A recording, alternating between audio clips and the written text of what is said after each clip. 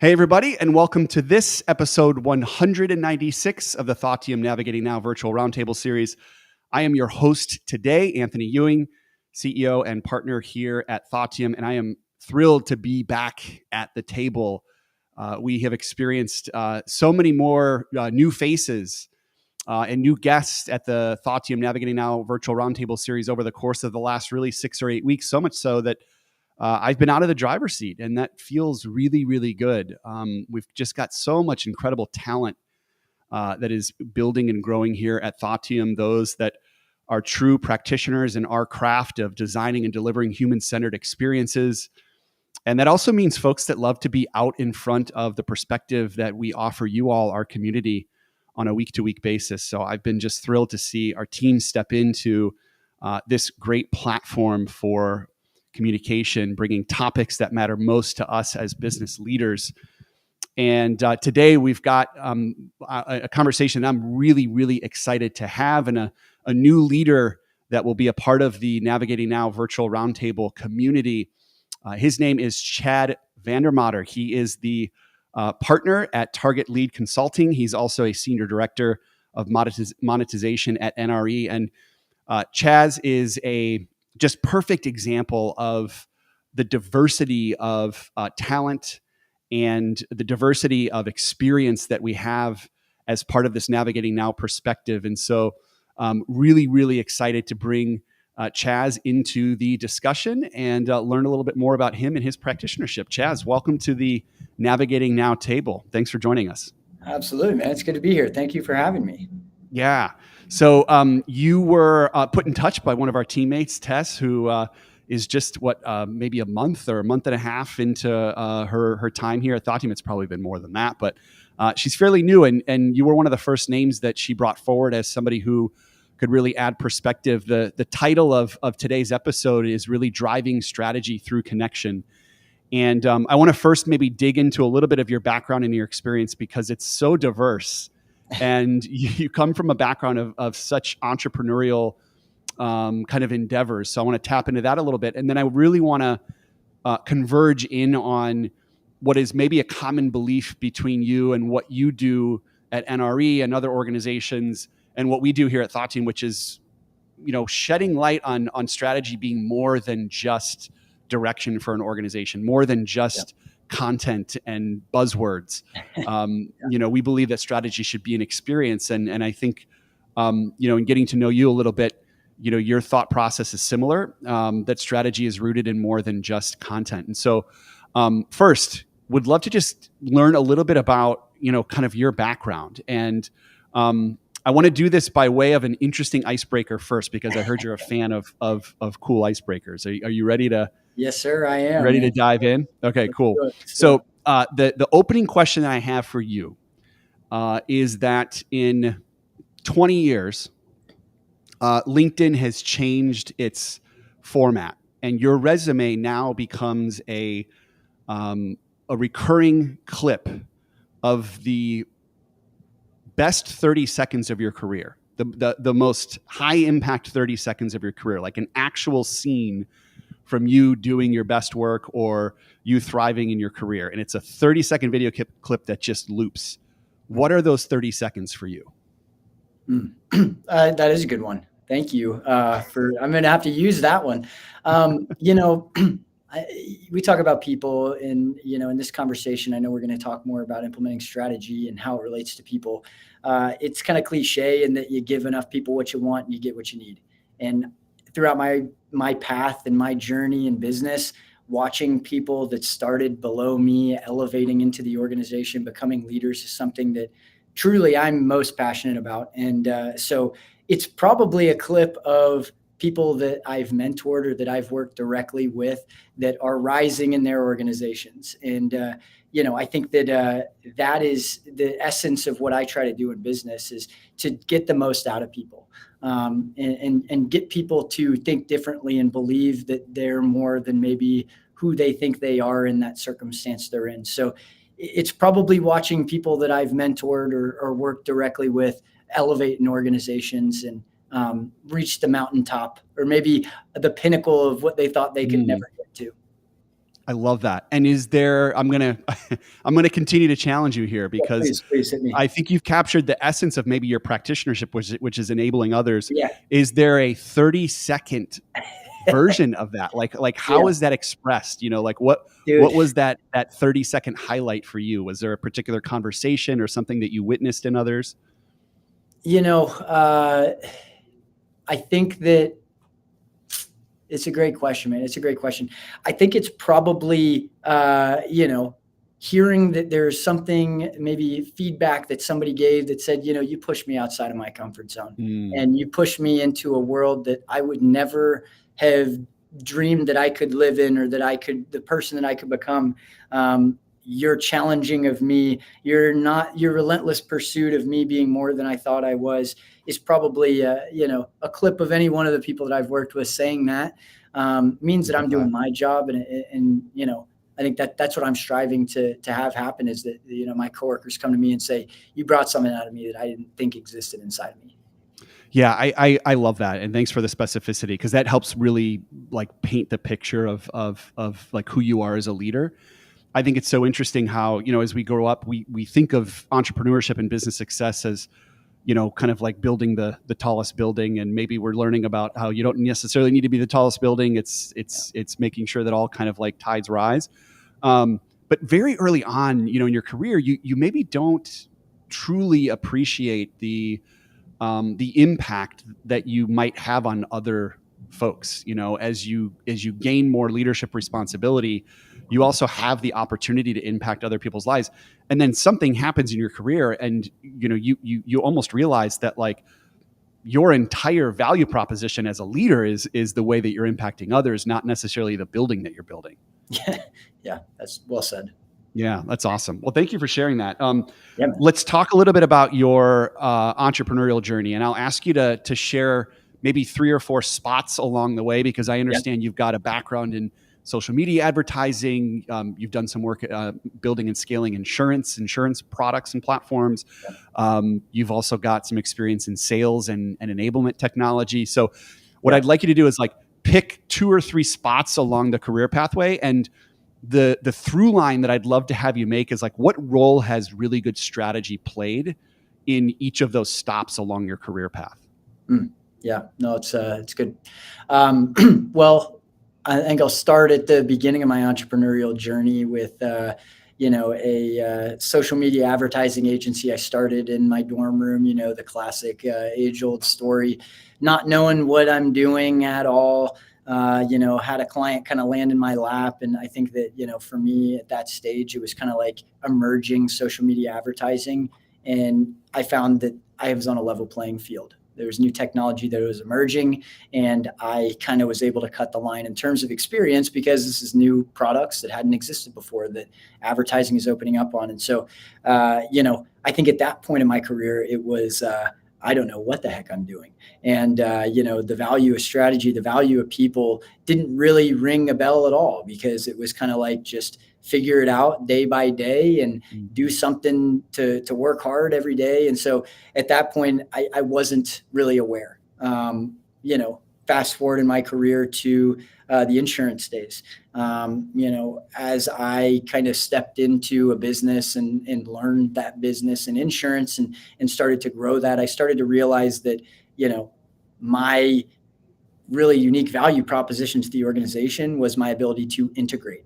It was my ability to understand the different modalities of that business and be this kind of centrality of information, where I was almost just a glorified kind of conduit, where I was a translator, where I started to understand that sales had a problem and technology had a problem, and I could speak a language to both through kind of my experience up to that point, to say, I understand what your problem is, and I can translate that to, a solution that maybe an engineer can solve for. And so I started to realize that being a conduit and having this kind of ability to translate language from one department to another was a really valuable skill when it came to leadership, meeting people where they are and understanding how to communicate effectively with them in order to bring something to life.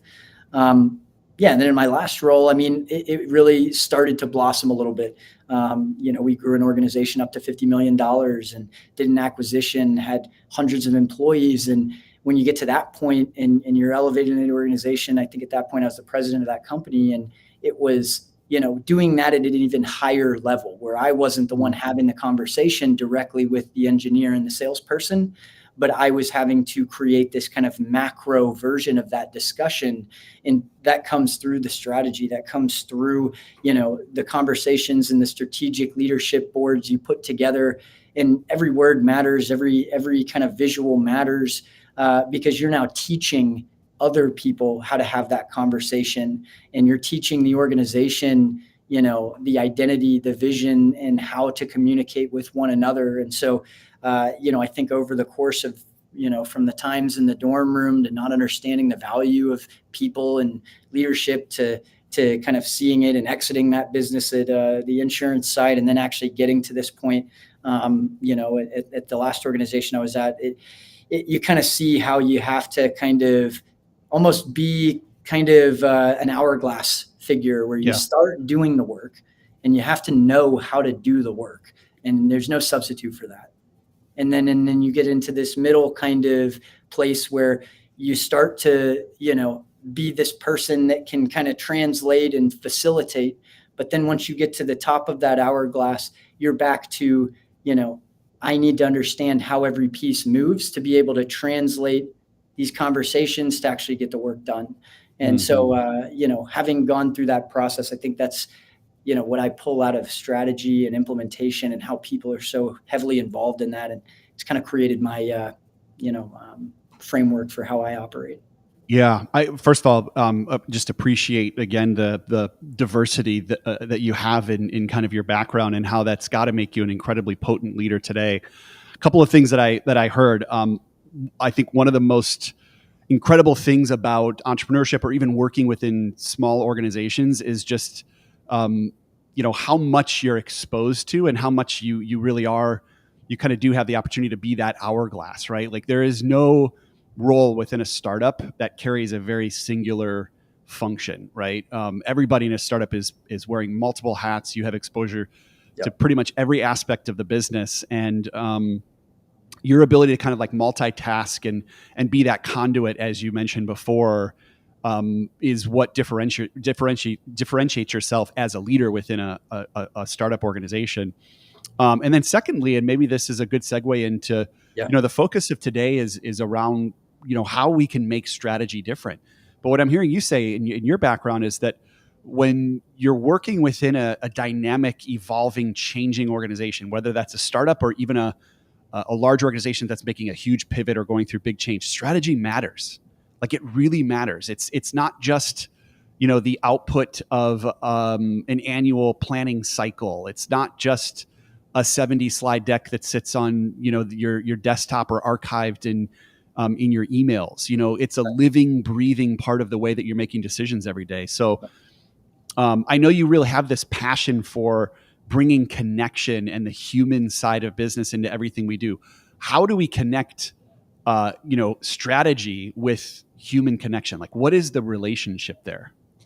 I think that the way that I look at it is you have to be able to build a relationship with every person in the organization in some way, shape, or form. I truly believe in that. And you have to be able to connect with people on a personal level, or, you're talking at them, you're pushing things that, maybe they're not super bought into the person that's driving the strategy. They don't believe that the person has met them where they are, understands their pain points, understands the things that maybe would help solve some of their problems. And, a big part of my process is understanding. I mean, I spend, no matter what the organization is, I'm going through 120 employees here and speaking to every person.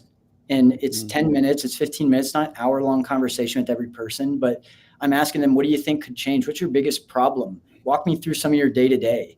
If you want to be an integrator and you want to be somebody that understands how to weave a strategy into an actual execution and produce an outcome, it takes intimately understanding the nuances of every part of the production line.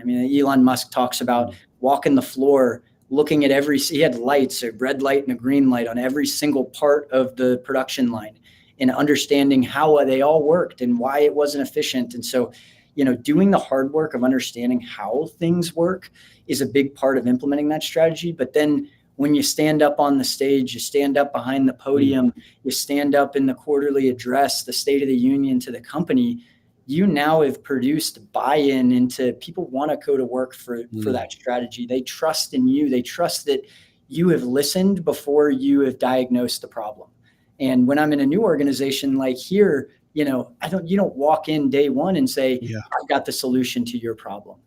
You walk in day one and you listen and you build rapport and you hear people out and you get to know them on a personal level and show them that you care about them and the things that they're dealing with on a day-to-day basis, so that when it comes time to diagnose and say, here's how I think we need to proceed as an organization, that you're actually taking in, the problems, you've listened, you've already bought goodwill, so that it's not just this blind turnaround, but I'm taking into account the conversations I've had with each and every one of you. And that is why the problems I'm hearing here is the solve for them. Yeah. But I think that buy-in is so important, and it doesn't get talked about enough. Like, you can have the greatest strategy in the world, but when you get 100, 200, 500 employees, it takes them vector aligning towards the mission, right? And if they're not bought into the leader and they're not bought into you understanding the nuances of their day-to-day and their problems, then they're not going to be energized and motivated to go to work for you and actually, push through the pain of the change, the switching of the CRM, the things that maybe you recommend, right? Like, those are painful things to just rip the floorboards up on. So you got to have buy-in, and that starts with just simple conversation. I love it. There's so much that you just touched on that I feel are such critical components to the effectiveness or the success of a good strategy. One of the things that you talked about was this idea of kind of like your ability to walk the walk, or as Elon Musk would say, like kind of like walk the lines. I think what you're touching on is like, yes, our ability to connect with everyone in the organization, which is a softer skill, but even more objectively, like our ability to know the business, which means that like we've seen every level of the business and we've walked into the meeting rooms that are talking about a very specific element of that CRM that might be, putting waves of change through the organization. I always say that the most effective leaders that I've ever worked for or worked under are those that, can get in front of the entire organization, provide vision and get everybody excited about moving in that direction. And at the same time can walk into any meeting room, whether it's an organization of 100 or 10,000, and know just as much about a topic as everybody else in that particular meeting room. And it can be done. Leaders have the ability to be both the guide as well as the line leader. And it's about knowing the business. Shout out to a couple of leaders that I think exemplify this. I've worked for some great leaders, Jim Robinson at Astellas, who was a president of a multinational organization that knew how to guide and direct the organization, and also could be dangerous in any high stakes discussion about a particular initiative that might evoke change at the ground level. A perfect example, and we've all worked for these leaders before. The other thing that you mentioned as well too is this idea of kind of like buy-in and belief, outside of just truly connecting with folks in the organization.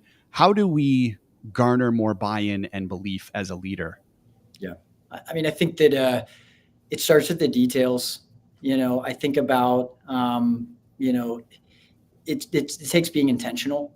I think that, showing that you care, we talk about, those are things that are soft skills. I think that the non-scalable activities in business is the art of business. And it's the things we're so hung up on: automation and efficiency and KPIs. And those things are important. Don't get me wrong. But the non-scalable activities are the art of business. And, identifying some of those things that you can do every day that can move the needle towards this buy-in or towards this execution of a plan. I mean, I think about John Wooden, the greatest college basketball coach of all time. And he would go as far as to check the guys. I mean, this is back when they're wearing the All-Star Converse All-Stars and the knee socks, right? But he would check these guys' socks and make sure their socks are all the way pulled up so that they're not going to get a blister.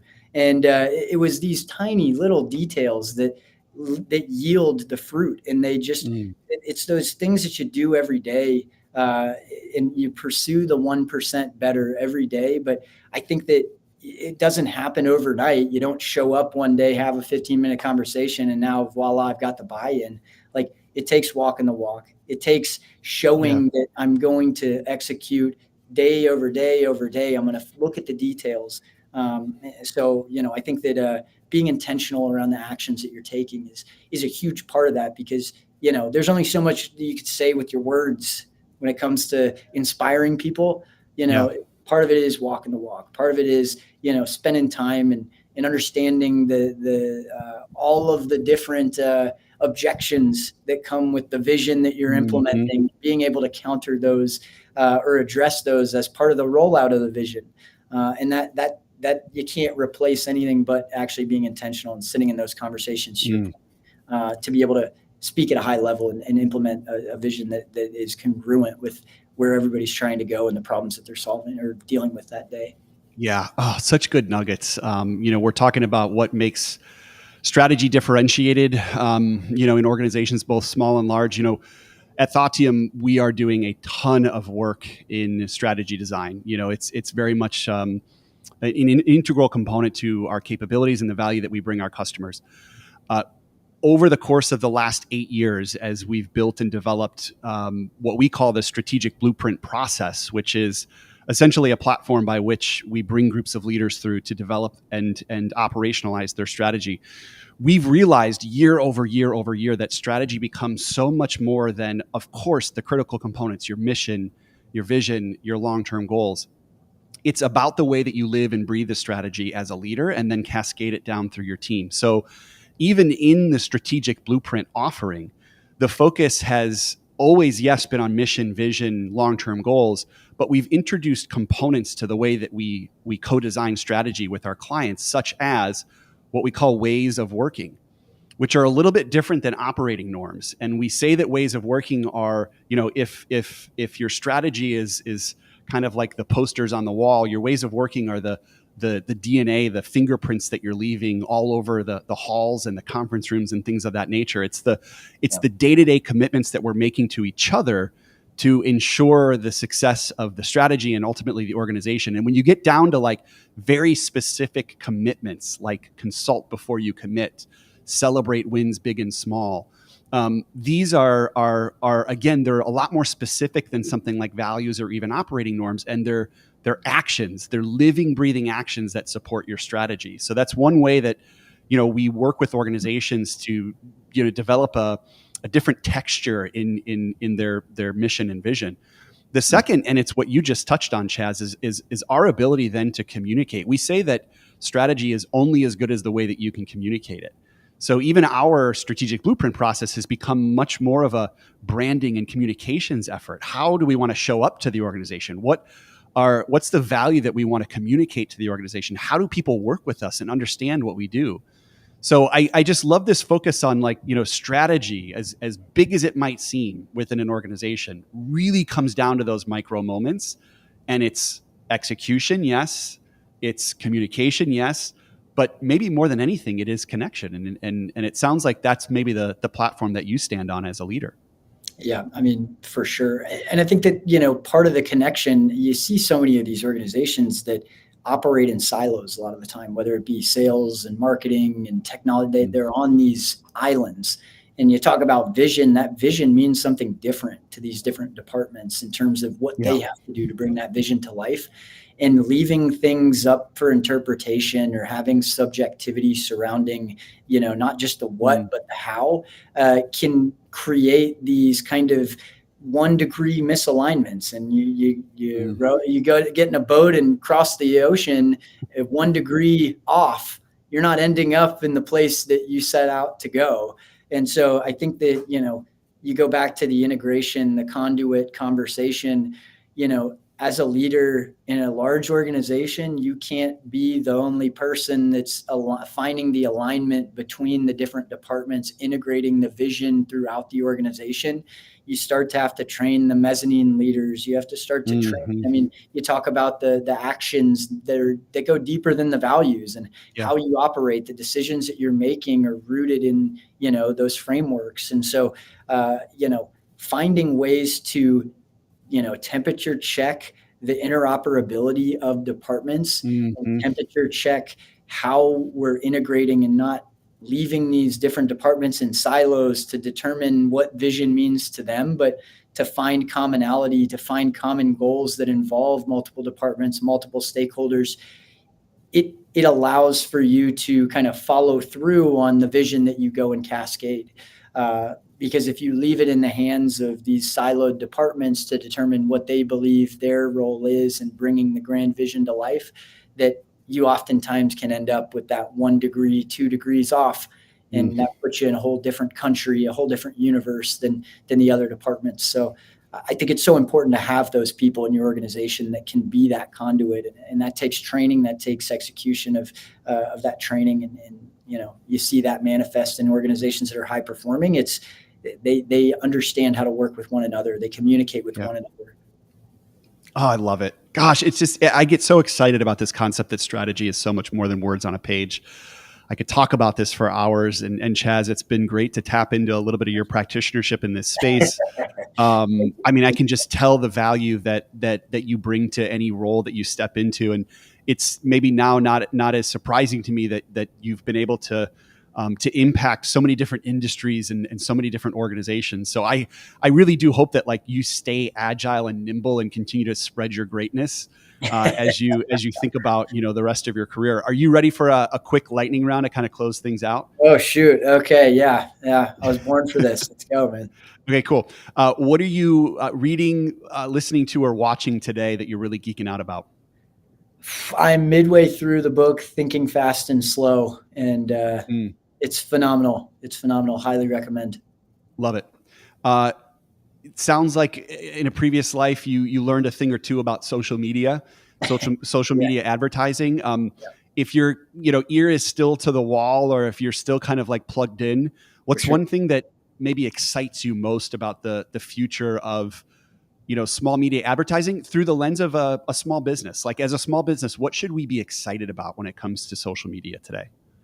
I think that the content creation that got us to this point is going to become more informal trust. Content is starting to be more trusted as it becomes more informal. So this wave of highly produced, crazy kind of video production, all of the different intro, outro, you don't have to do that to generate content and be a thought leader. You can become approachable in that way. So don't let your lack of funds or, staff of video producers stop you from making content in today's environment.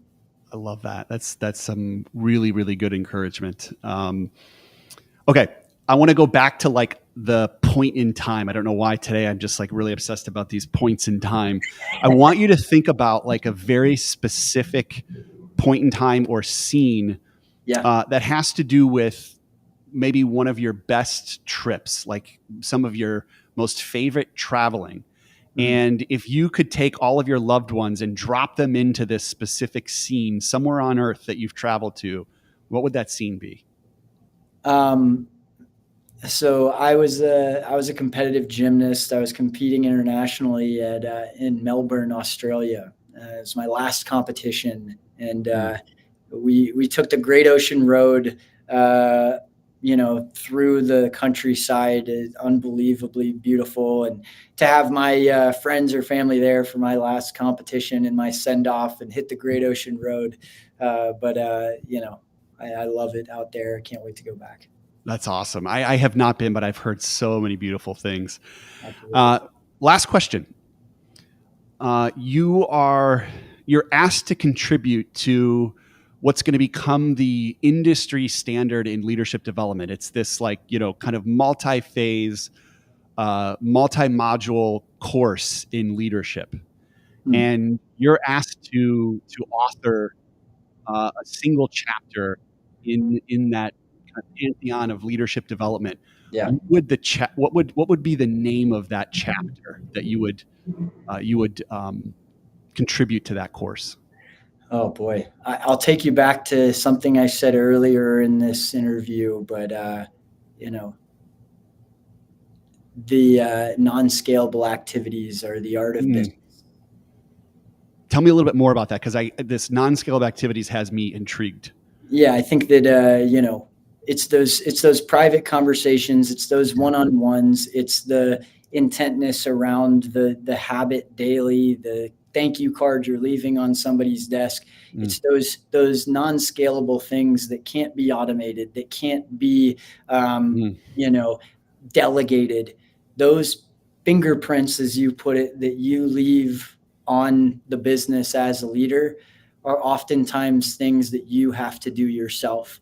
And so I think that there is a litany of these non-scalable activities that can allow for you to translate vision, can allow for you to create buy-in into your vision, and ultimately impact an organization more than, you know, all the Zapier automations the world could ever provide you. And I think that, that's probably the stamp I'm leaving on the book. That is such a good reminder, right? Like, and it's so it's a concept that is so easily understood, but it's almost like if every day I could wake up and have someone remind me, like, hey, you're about to leave about 47 fingerprints on your business today alone, right? It's like I would be a better leader, right? So that's like got to be like the wallpaper on my phone, or I don't know, maybe you can create some sort of like you with alarm self-awareness, clock. right? Yeah. Exactly. It's the self-awareness alarm clock. I love that. Yeah. Well, Chaz, it was so great jamming with you here on the Navigating Now Virtual Roundtable series. You're just such a natural fit, and I've learned a lot from this discussion. I know we've got a few folks from our team that are tuning in that I think have become Insta fans of you. So thank you so much for adding your voice and your perspective to today's episode. And we look forward to working with you and keeping you connected to our community here moving forward. We appreciate you. Thanks, man. Everybody out there, have a great day. Thank you for making me a part of this. All right. Thank you. Everybody, we will look forward to seeing you next week for episode 195 of the Thoughtium Virtual Roundtable series. Navigating Now is all about bringing incredible leaders like Chaz to the table, sharing perspective on those business topics that matter most to us as leaders, as colleagues, as connectors. And gosh, I'm just so proud of this team here at Thoughtium, who have been carrying the torch over the course of the last couple months, and who will continue to bring brighter smiles and happier faces to the table as we continue to expand the Navigating Now platform. Until next week, we hope you all have a wonderful week, and we'll see you every Thursday at 3:00 Central. You can find today's episode and all future episodes at thoughttium.com/live. Everyone have a great rest